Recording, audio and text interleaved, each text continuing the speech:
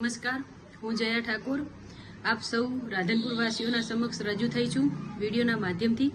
આપ સૌને જણાવવા માંગુ છું કે રાધનપુર નગરપાલિકા વોર્ડ નંબર 1ની હું સદસ્ય છું અને મારા વિસ્તારની અંદર ઘણા સમયથી આખા રોડ બિસ્માર હાલતમાં પડ્યા છે. આખી ગટરો ઉભરાય છે, જ્યાં જુઓ તો ગંદકી, આખું નરકાગાર જેવું થઈ ગયો છે આખો વિસ્તાર.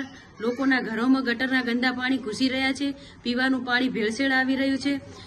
જે અત્યારે રાધનપુર નગરપાલિકાના સત્તાધીશો છે આંખ આડે કાન કરી રહ્યા છે. મેં એક જનપ્રતિનિધિ તરીકે અને પબ્લિકે મને ખૂબ સારા મતોથી વિજય બનાવી હતી. એના ભાગરૂપે અત્યારે જ્યારે મેં ત્યાં રજૂઆત કરેલી હતી પ્રજા હિત માટે લેખિતમાં, તો આ રાધનપુર નગરપાલિકા આંખ આડે કાન કરી રહ્યું છે અને તંત્ર બિલકુલ મૌન છે, કોઈ પણ જાતનું કામ કરી રહેલું નથી અને ત્યાં ખરાબ પરિસ્થિતિ ખૂબ જ મારા વિસ્તારની થઈ રહી છે.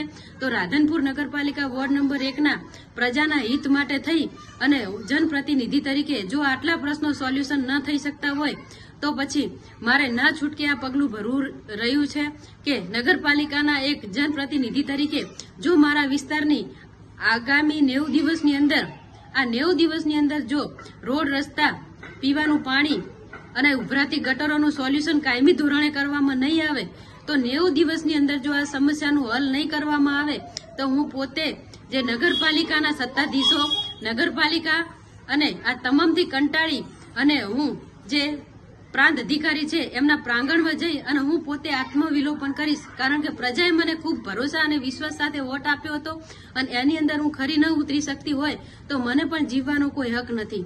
બધાને જય માતાજી.